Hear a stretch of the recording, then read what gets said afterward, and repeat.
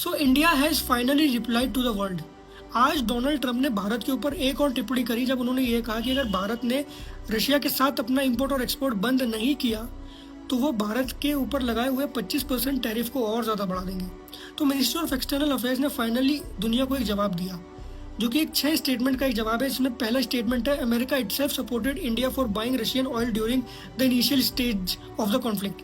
क्योंकि जब भारत तेल शुरू से ही खरीदता है तो उसकी एनर्जी रिक्वायरमेंट्स थी और दुनिया को भी दिख रहा था कि हाँ भाई, पूरी दुनिया की एनर्जी रिक्वायरमेंट्स हैं और रशिया के साथ बिजनेस दुनिया नहीं रोक सकती है क्योंकि दुनिया की सबसे बड़ी कंट्री है वो। दूसरा पॉइंट, नेशनल इंटरेस्ट।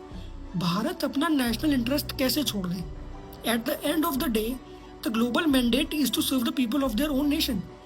ताकि वो अमेरिका हो, यूक्रेन हो, रशिया हो, सबका अपना अपना मैंडेट यही तो है कि देश सेवा करनी है, लोगों की सेवा करनी है। तीसरा पॉइंट, भारत ने एक सवाल पूछा।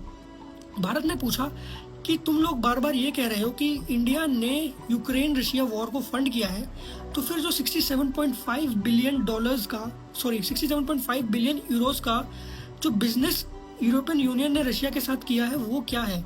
ये सर्विसेज का बिजनेस नहीं है, ये केवल गुड्स का बिजनेस है। 67.5 बिलियन इन गुड्स और वहीं 17 बिलियन इन सर्विसेज, जो कि है मशीनरी, फर्टिलाइजर्स, केमिकल्स और माइनिंग एंड स्टील।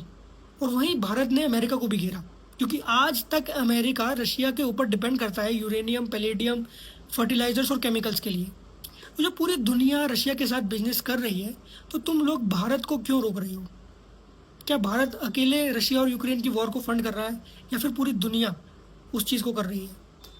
क्या कारण है कि बार बार भारत के ऊपर इस तरह के सवाल उठाए जाते हैं जब पूरी दुनिया ही वो काम कर रही है? तो